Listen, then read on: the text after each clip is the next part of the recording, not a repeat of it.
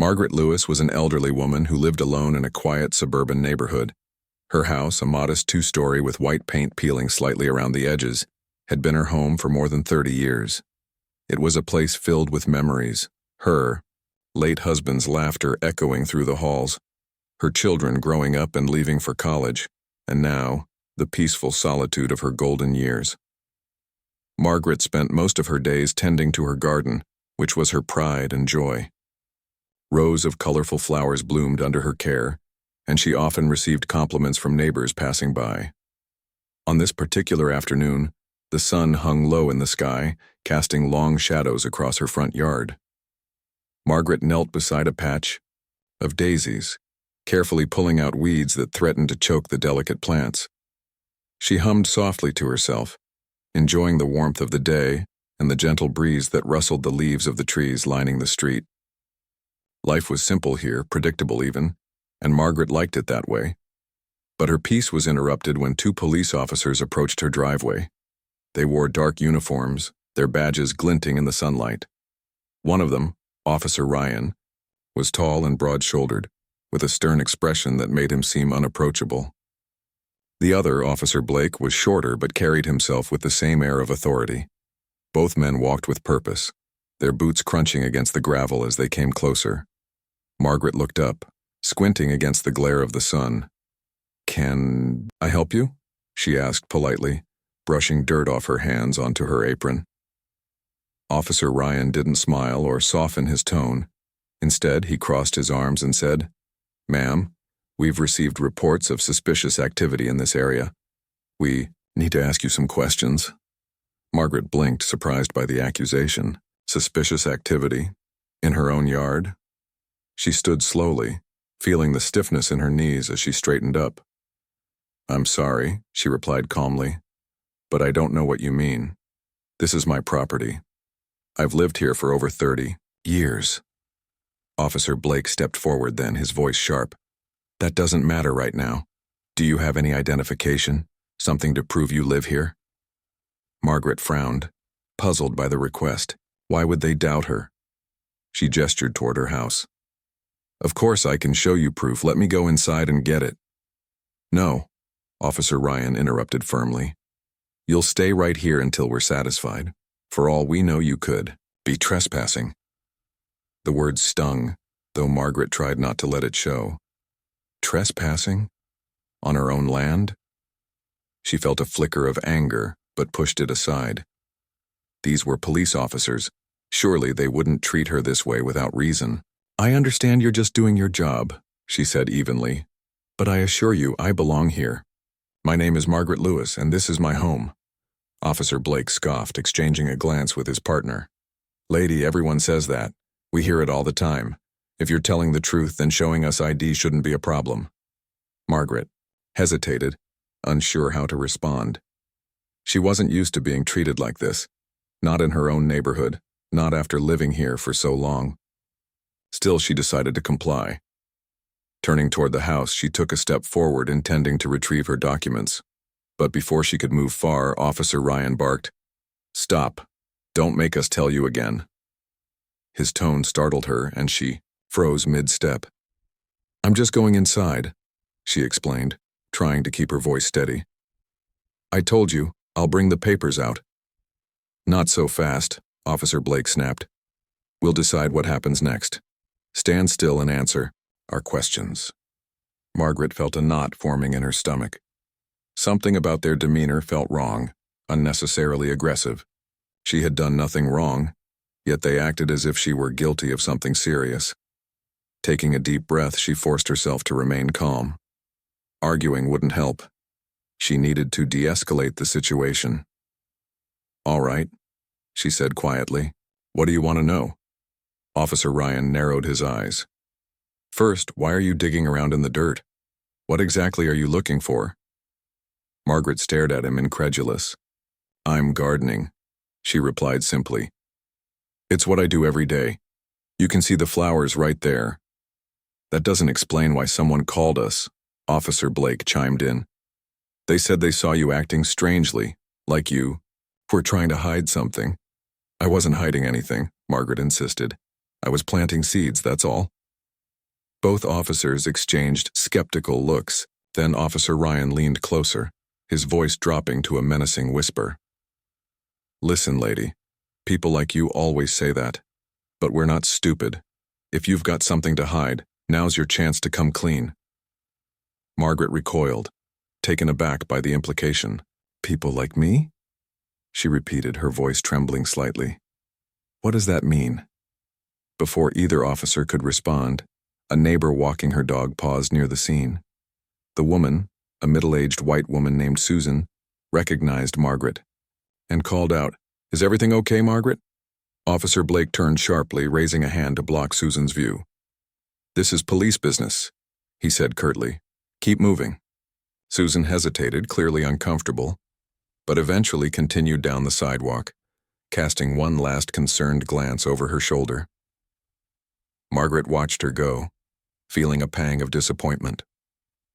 She had hoped for support, for someone to witness what was happening, but instead she was left alone with the two officers who seemed determined to intimidate her.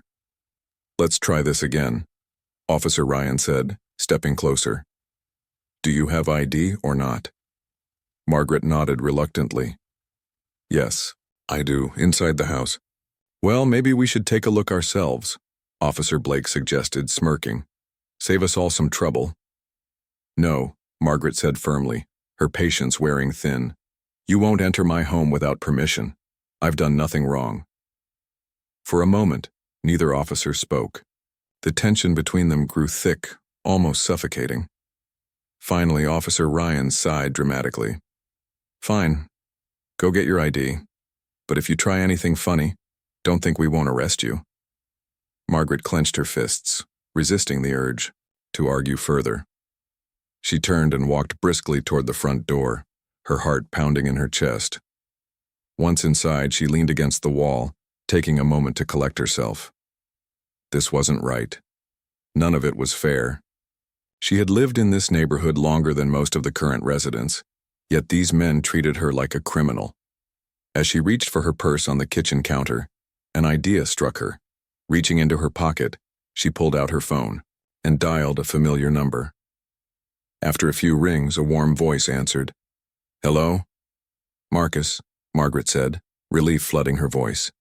I need your help. On the other end of the line, Marcus Lewis listened intently as his mother explained the situation. His jaw tightened with every word, his protective instincts kicking in. When she finished, he assured her, Don't worry, Mom. I'll handle it. With renewed determination, Margaret ended the call and grabbed her ID. As she stepped back outside, she noticed the officers watching her closely, their expressions unreadable. Handing over the document, she met their gazes with quiet resolve. Whatever happened next, she knew she wasn't alone anymore. Marcus Lewis sat in his spacious office in Washington, D.C., surrounded by stacks of legal documents and the soft hum of his computer. The room was decorated with awards and certificates, recognizing his achievements as the U.S. Attorney General. Despite the prestige of his position, Marcus always carried a sense of responsibility that weighed heavily on him. He knew the power he held wasn't just for show. It was meant to be used to protect people like his mother. When his phone rang, Marcus immediately recognized the number. It was his mother, Margaret. Picking up the call, he greeted her warmly. Hey, Mom, how's your day going? Margaret's voice came through the line, shaky and strained. Marcus, I need your help. The tone of her voice sent a chill down Marcus's spine. His mother was usually calm and composed even during difficult times. Hearing her sound so upset made him sit up straighter. What's wrong, Mom? Are you okay? Margaret took a deep breath before explaining what had happened. She told him about the two police officers who had come to her house, accusing her of trespassing on her own property. She described how they refused to believe her when she said she lived there, how they demanded identification and interrogated her as if she were guilty of something. Her voice cracked slightly as she recounted their aggressive behavior and dismissive attitude. Marcus listened silently, his grip tightening on the phone. When she finished, he spoke slowly, choosing his words carefully. Mom, listen to me.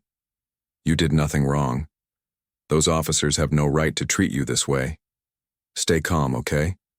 I'm going to take care of it. Margaret sighed, some of the tension easing from her voice. Thank you, Marcus. I didn't know who else to call. You called the right person, Marcus assured her. I'll make sure this gets resolved. Just stay safe, all right? After hanging up, Marcus leaned back in his chair, his mind racing. He had known about systemic issues within law enforcement for years, issues that disproportionately affected Black communities. But hearing about it firsthand, especially involving someone he loved, hit him differently. This wasn't just another case. This was personal. He picked up the phone again and dialed his assistant, Lisa. When she answered, he wasted no time. Lisa, I need you to pull up everything we have on the local police department in my mom's area. Specifically, any officers named Ryan and Blake. Also get in touch with the local authorities and let them know I'm involved. Lisa paused for a moment, sensing the urgency in his voice. Of course, Mr. Lewis. I'll get started right away. Good, Marcus replied. And Lisa, this is top priority. Keep me updated every step of the way. As he hung up, Marcus felt a surge of determination. He stood and walked to the window, staring out at the city skyline. For all the progress he had made in his career, moments like this reminded him how much work still needed to be done. His mother's experience wasn't an isolated incident.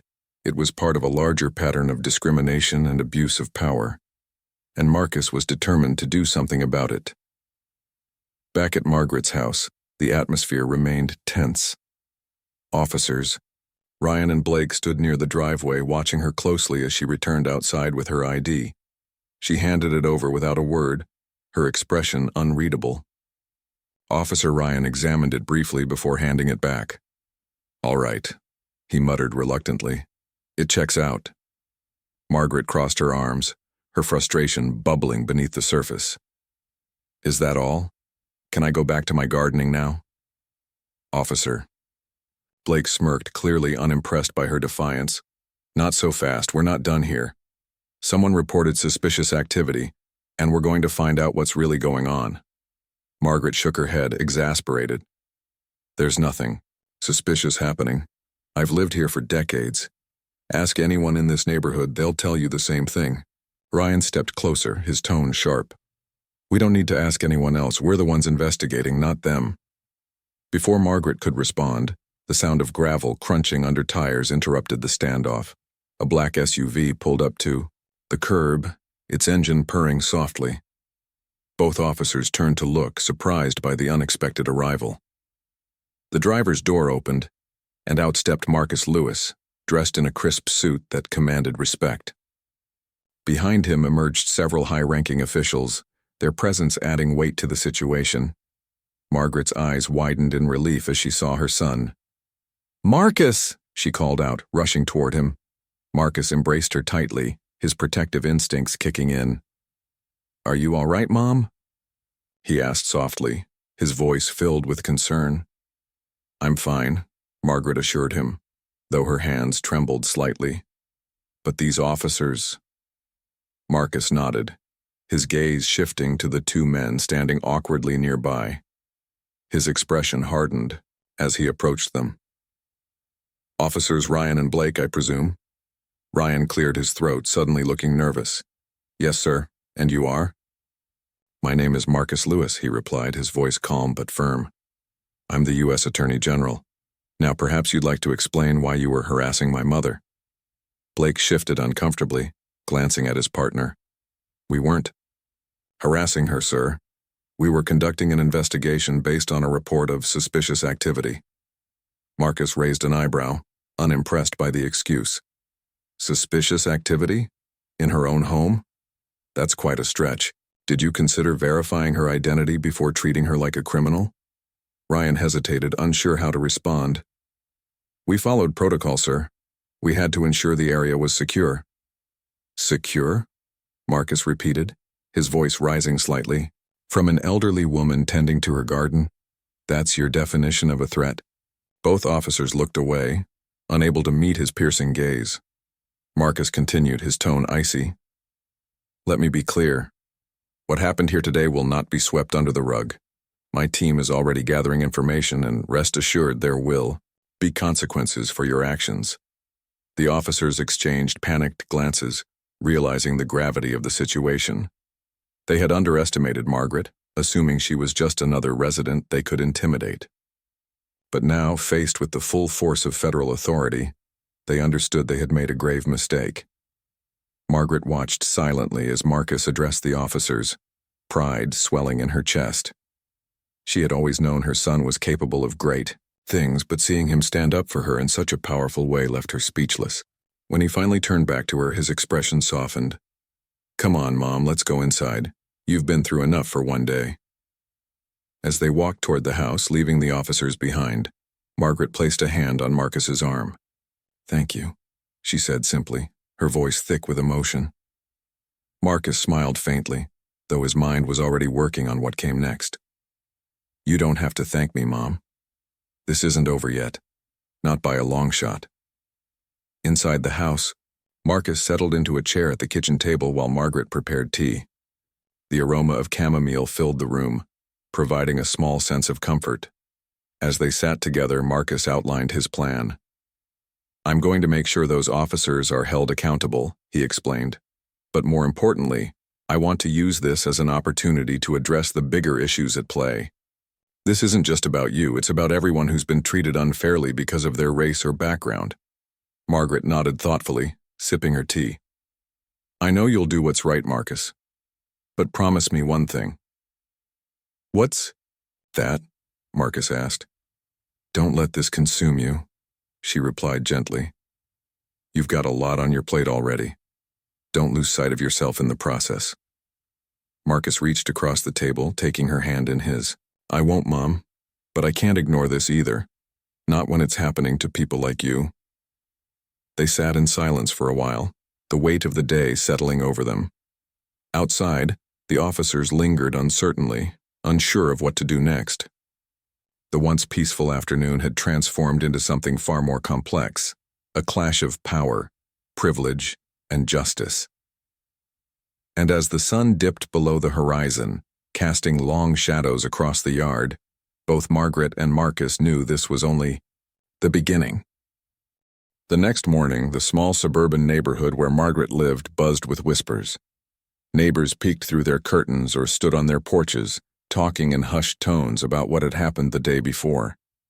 News of the confrontation between Margaret and the two police officers spread quickly, fueled by Susan, the neighbor who had briefly stopped to ask if everything was all right. She told everyone she saw, painting a vivid picture of the scene: the aggressive officers, Margaret's calm demeanor, and the sudden arrival of a man in a suit who commanded respect. By mid-morning, local news outlets caught wind of the story. Reporters arrived in vans, setting up cameras and microphones near Margaret's house. They knocked on doors, asking residents for comments. Some were hesitant to speak, fearing backlash, while others eagerly shared their opinions. One elderly man named George, who had lived across the street from Margaret for over 20 years, stepped forward without hesitation. "Margaret is one of the kindest people you'll ever meet," he said firmly. "She's been here longer than most of us. To accuse her of trespassing on her own property? That's absurd." As the media coverage grew, so did public outrage. Social media platforms lit up with posts about the incident. People shared photos of Margaret's garden, calling it proof that she belonged exactly where she was. Others posted videos of themselves speaking out against police misconduct, using hashtags like Justice for Margaret and Enough is Enough. The story gained national attention, drawing comparisons to other cases of racial profiling and abuse of power. Meanwhile, officers Ryan and Blake found themselves at the center of the storm. Their names and faces appeared on television screens and online articles, accompanied by accusations of discrimination and excessive force. Calls poured into the police department, demanding accountability. Some defended the officers, claiming they were simply doing their jobs, but the majority condemned their actions as unjust and unacceptable. At the station, Internal Affairs launched an investigation into the incident. Detective Harass, a seasoned investigator known for his fairness, was assigned to lead the inquiry. He began by reviewing body camera footage from both officers, which revealed troubling details. In the video, Margaret appeared calm and cooperative, yet the officers repeatedly dismissed her explanations and escalated the situation unnecessarily. At one point, Officer Blake could be heard muttering under his breath, "People like her always lie." Detective Harris frowned as he replayed the clip. There was no denying the officer's behavior raised serious concerns. He scheduled interviews with them, starting with Officer Ryan. When Ryan entered the interrogation room, his usual confidence seemed shaken. He avoided eye contact and fidgeted nervously in his chair. "Officer Ryan," Detective Harris began, placing a folder on the table. "Can you walk me through what happened yesterday?"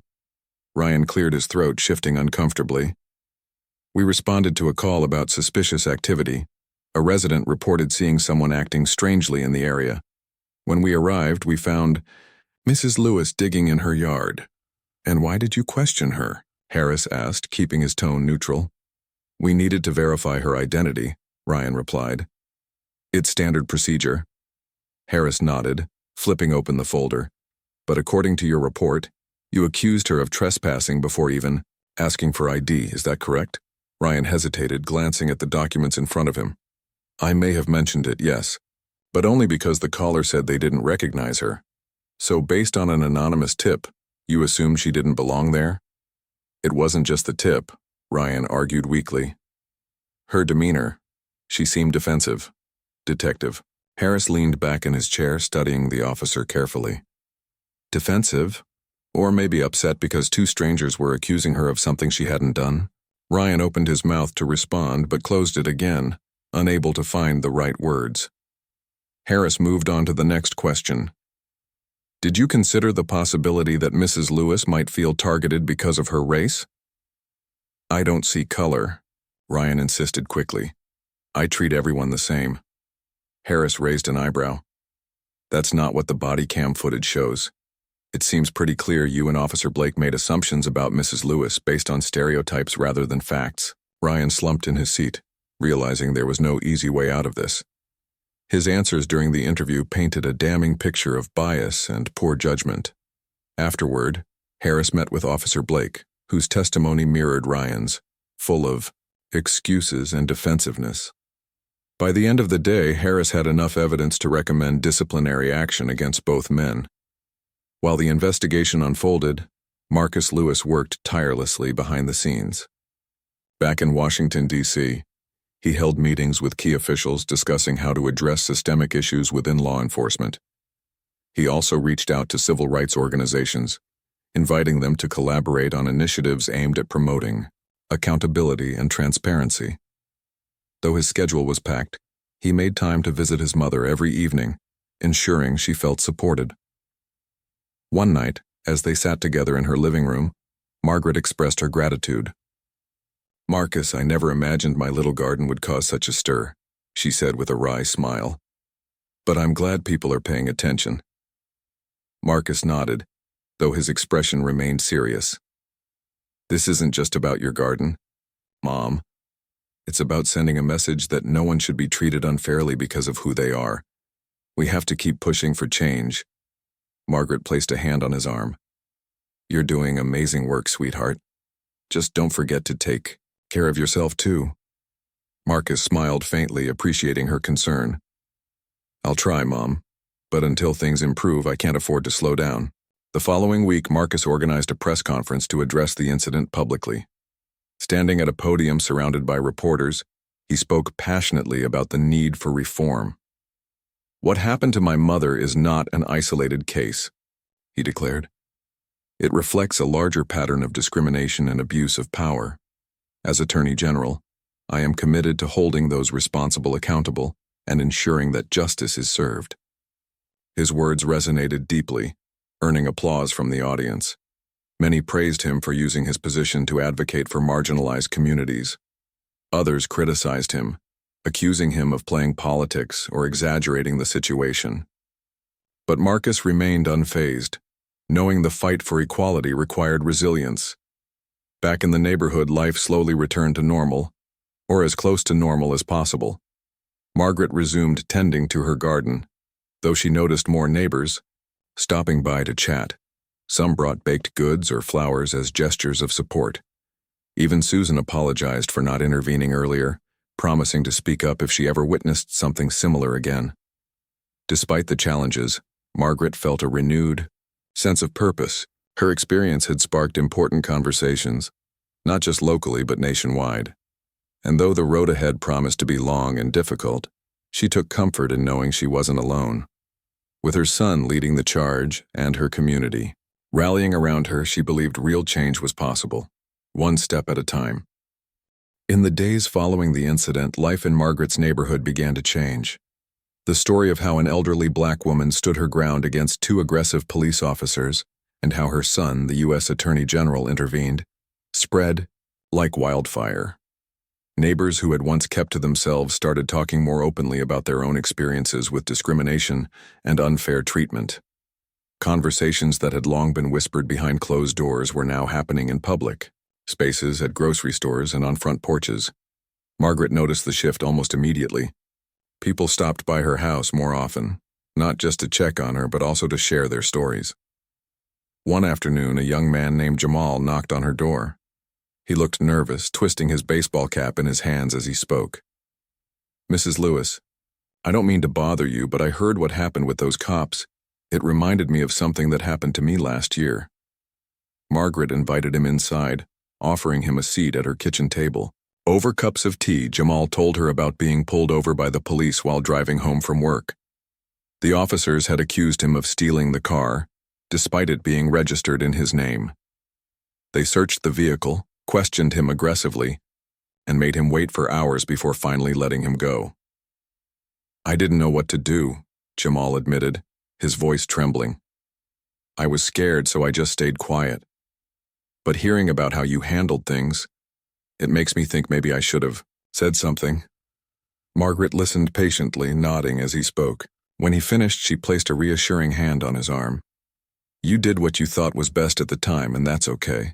But if you ever find yourself in a situation like that again, remember this. Your voice matters. Speaking up might not fix everything right away, but it's the first step toward making things better." Jamal left her house feeling lighter, as though a weight had been lifted off his shoulders. Margaret realized then that her experience wasn't just about her. It had become a catalyst for others to confront their own fears and frustrations. She decided to use her newfound platform to help amplify those voices. Meanwhile, Marcus Lewis worked tirelessly to address the systemic issues highlighted by his mother's case.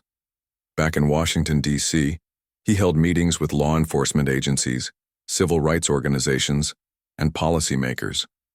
He pushed for reforms that would hold officers accountable for misconduct and promote transparency within police departments. Though progress was slow, Marcus remained determined, drawing strength from his mother's resilience. One evening, after a particularly grueling day at the office, Marcus called Margaret to check in. "How are you holding up, Mom?" he asked, concern evident in his voice. "I'm doing all right," Margaret replied warmly. "People have been stopping by to talk, and it's been good to hear their stories. It reminds me why we need to keep pushing for change." Marcus sighed, leaning back in his chair. "I wish I could say the same here. Some of these officials act like they don't see the problem, or worse, like it's not worth fixing.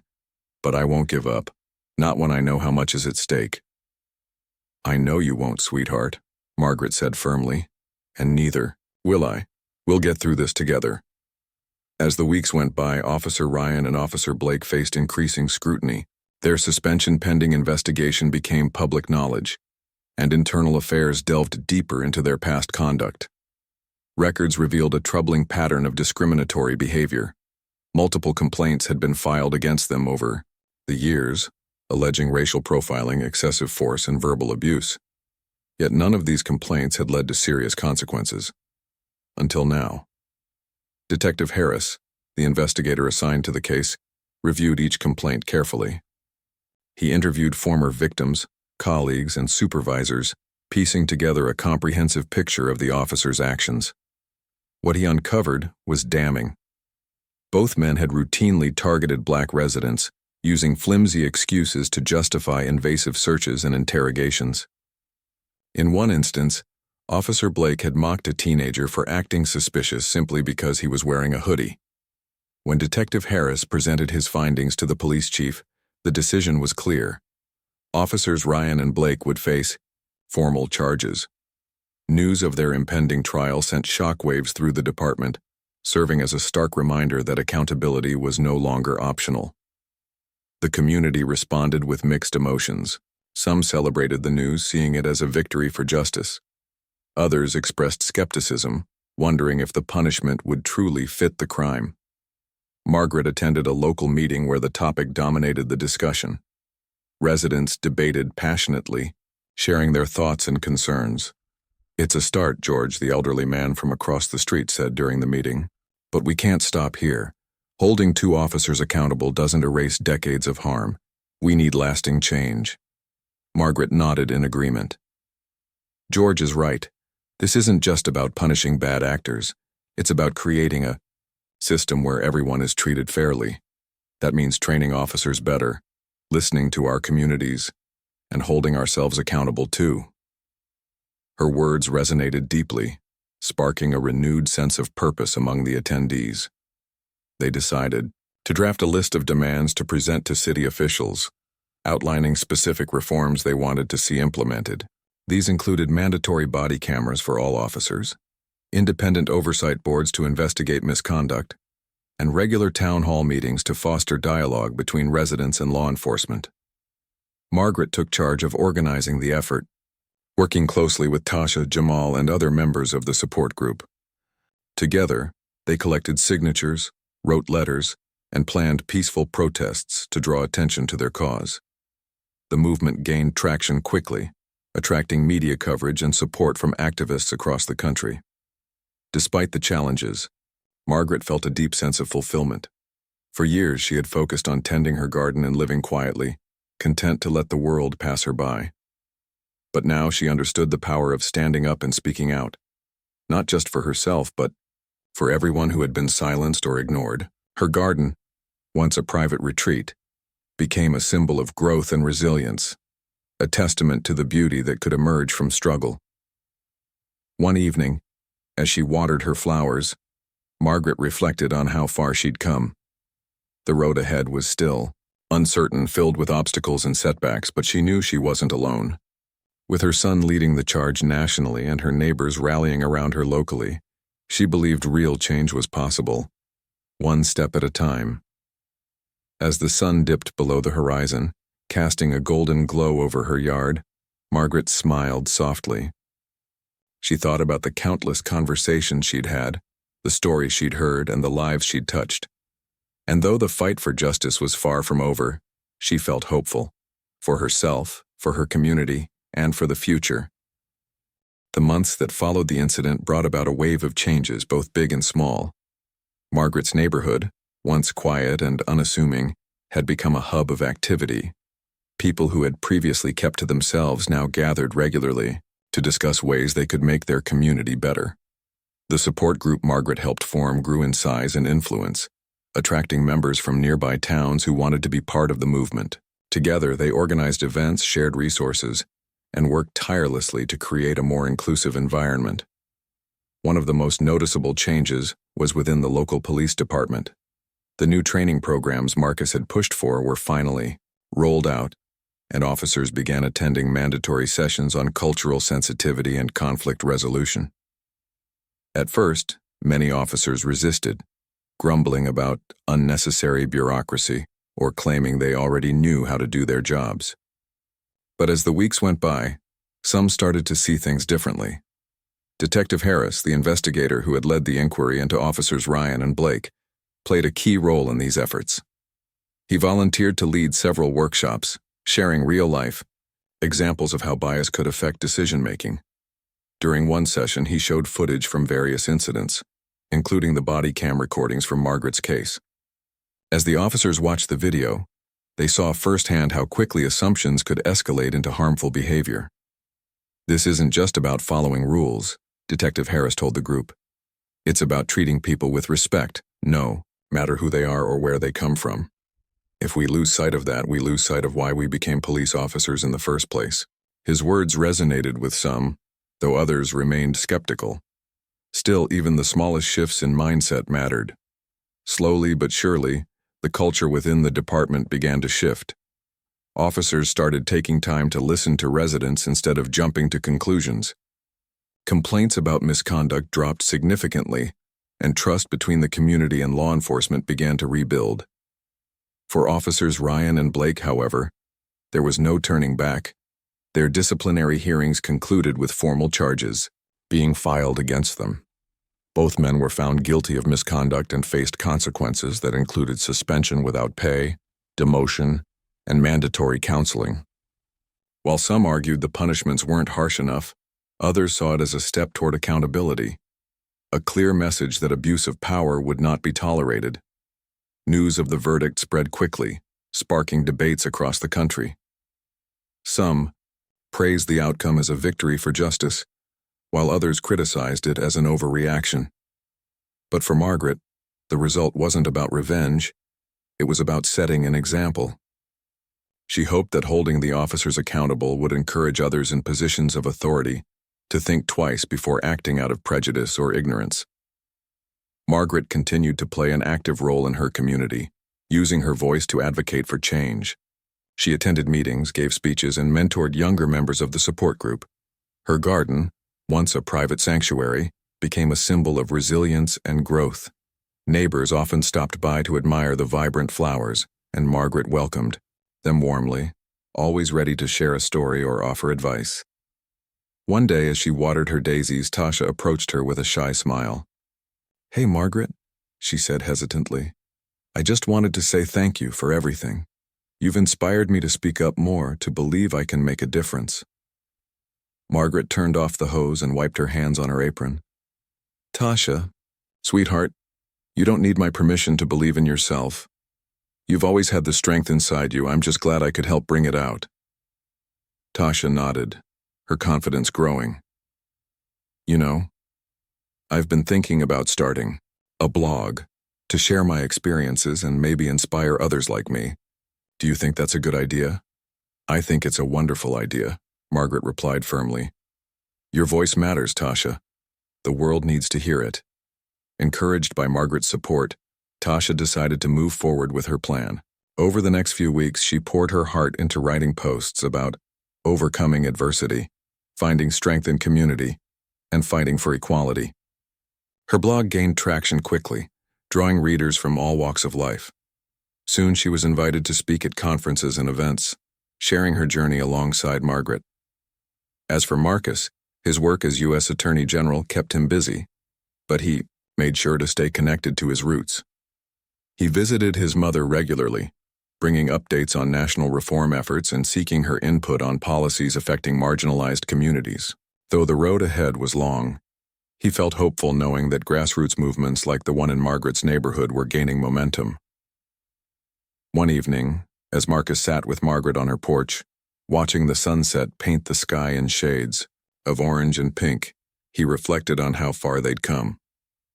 "You know, Mom," he said softly, "you've taught me so much through all of this, about courage, patience, and the importance of standing up for what's right." The months that followed the incident brought about a wave of changes, both big and small.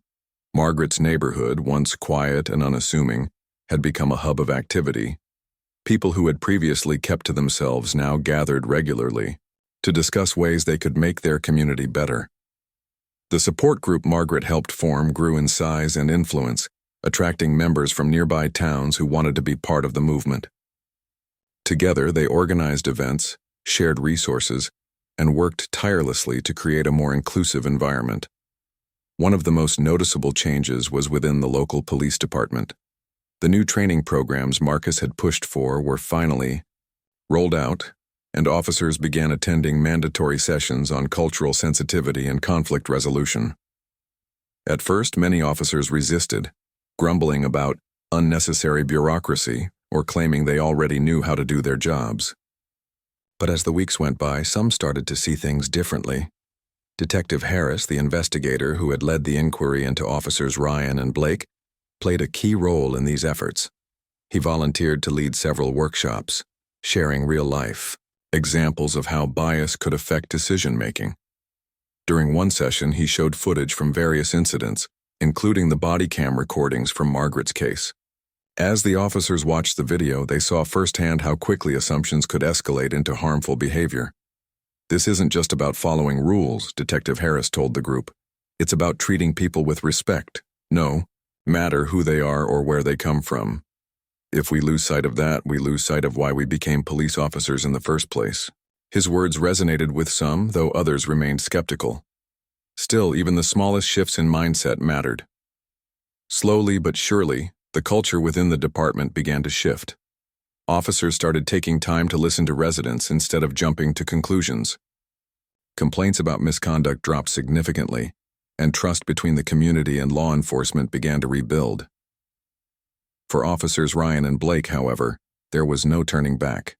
Their disciplinary hearings concluded with formal charges being filed against them. Both men were found guilty of misconduct and faced consequences that included suspension without pay, demotion, and mandatory counseling. While some argued the punishments weren't harsh enough, others saw it as a step toward accountability, a clear message that abuse of power would not be tolerated. News of the verdict spread quickly, sparking debates across the country. Some praised the outcome as a victory for justice, while others criticized it as an overreaction. But for Margaret, the result wasn't about revenge, it was about setting an example. She hoped that holding the officers accountable would encourage others in positions of authority to think twice before acting out of prejudice or ignorance. Margaret continued to play an active role in her community, using her voice to advocate for change. She attended meetings, gave speeches, and mentored younger members of the support group. Her garden, once a private sanctuary, became a symbol of resilience and growth. Neighbors often stopped by to admire the vibrant flowers, and Margaret welcomed them warmly, always ready to share a story or offer advice. One day, as she watered her daisies, Tasha approached her with a shy smile. "Hey, Margaret," she said hesitantly. "I just wanted to say thank you for everything.